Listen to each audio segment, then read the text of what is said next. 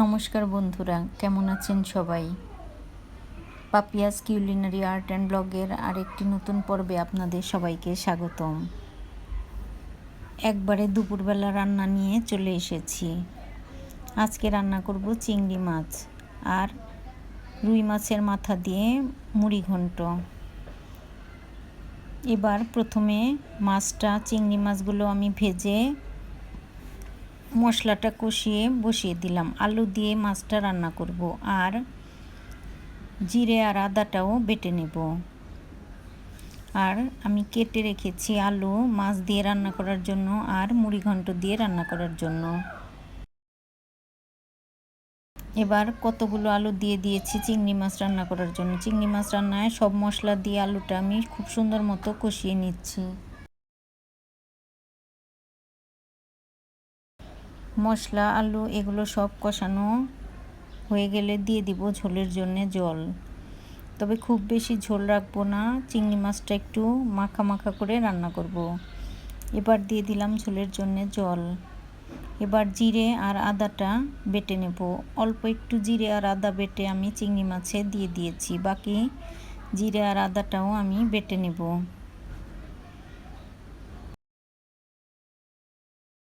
এবার চিংড়ি মাছটা হতে হতে আমি এই মশলাটা বেটে নিই, তারপর মাছের মুড়ি ঘন্টটা রান্না করব।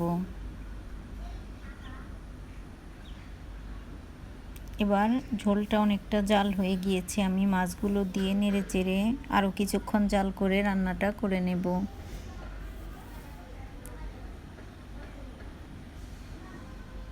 দুই তিন দিন হলো বৃষ্টি হচ্ছে না, প্রচণ্ড গরম। আর আজকে ওয়েদারটা তেমন গরমও না ঠান্ডাও না, আজকে আসলে অনেক ভালো লাগছে। প্রচণ্ড বৃষ্টি প্রচণ্ড রোদ কোনোটাই আসলে ভালো লাগে না, তবে আজকে বৃষ্টিও না রোদও না, অনেক ভালো লাগছে। এবার আদা বাটা জিরে বাটা হয়ে গিয়েছে আর আলুগুলো আমি প্রথমে তেলে ভেজে তারপর মুড়ি ঘন্টটা রান্না করব। তার আগে মাছের মাথাটাও ভেজে নেব। আর আদা আর জিরের মধ্যে আমি ধনিয়া গুঁড়ো, মরিচ গুঁড়ো, হলুদ গুঁড়ো দিয়ে একটা মশলার পেস্ট তৈরি করে নিব।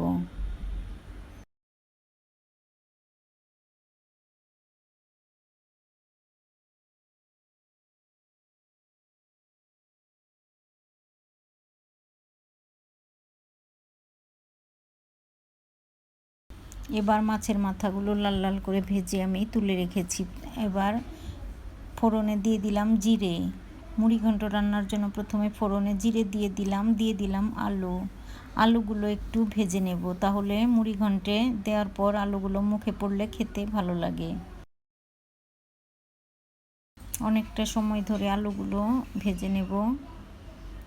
আলুটা ভাজা হয়ে গিয়েছে, লাল লাল করে ভেজে নিয়েছি। এরপর আমি আলুর উপরেই দিয়ে দিয়েছি পোলাওয়ের চাউল। পোলাওয়ের চাউলটাও আমি খুব সুন্দর করে ভেজে নেব। আসলে আলুটা উঠিয়ে তারপর পোলাওয়ের চাউলটা ভেজে নিলে ভালো হয়, তবে আমি আজকে একসাথেই দুটো কাজ করে নিয়েছি। আলুর উপর পোলাওয়ের চাউলটা দিয়ে ভেজে তারপর দিয়ে দিলাম সেই আগে থেকে বানানো মশলার পেস্ট দিয়ে পোলাওয়ের চাউল, আলু আর মশলাগুলো খুব সুন্দর মতো কষিয়ে নিব। মশলা থেকে তেল ছেড়ে আসলে তারপর দিয়ে দিব জল। এবার মাছের বড় মাথাটা আমি আগেই দিয়ে দিলাম, তাহলে এটার ভিতরে মশলাপাতি ঢুকে যাবে।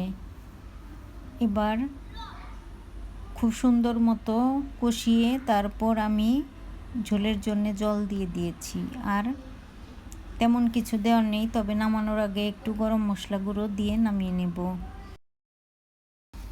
তো বন্ধুরা, দুপুরবেলা রান্না বাড়া করে নিলাম, এবার স্নান করে খাওয়া দাওয়া করব।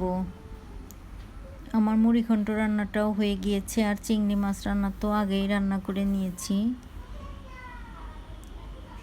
মুড়ি ঘন্টটা খুব ঝাল করে রান্না করেছি, ঝাল ঝাল মুড়ি ঘন্ট আর কম ঝাল চিংড়ি মাছ।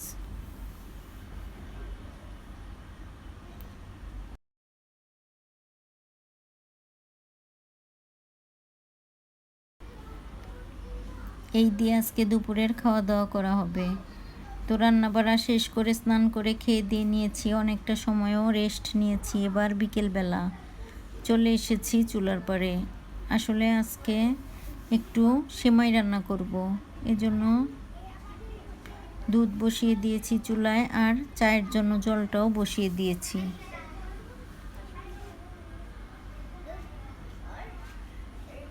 তো বন্ধুরা, আমার আজকের এই ভিডিওটা কেমন লাগলো অবশ্যই জানাবেন। যদি ভালো লাগে তবে একটা লাইক কমেন্ট শেয়ার করার অনুরোধ রইল। যারা ফেসবুক থেকে দেখছেন তাদেরকে অনুরোধ রইল আমার ফেসবুক পেজটি ফলো করার, আর যারা ইউটিউব থেকে দেখছেন তাদেরকে অনুরোধ রইল আমার ইউটিউব চ্যানেলটি সাবস্ক্রাইব করার। ভিডিওটি দেখার জন্য সবাইকে অসংখ্য ধন্যবাদ। এবার দুধটা অনেক ঘন করে জাল করে তারপর আমি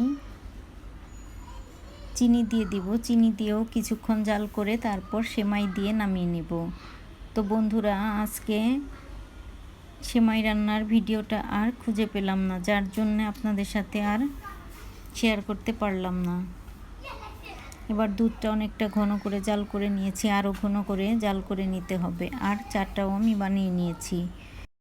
তো বন্ধুরা, আজ এ পর্যন্তই, দেখা হবে নতুন কোনো ভিডিওতে। সে পর্যন্ত সবাই সুস্থ থাকবেন, ভালো থাকবেন।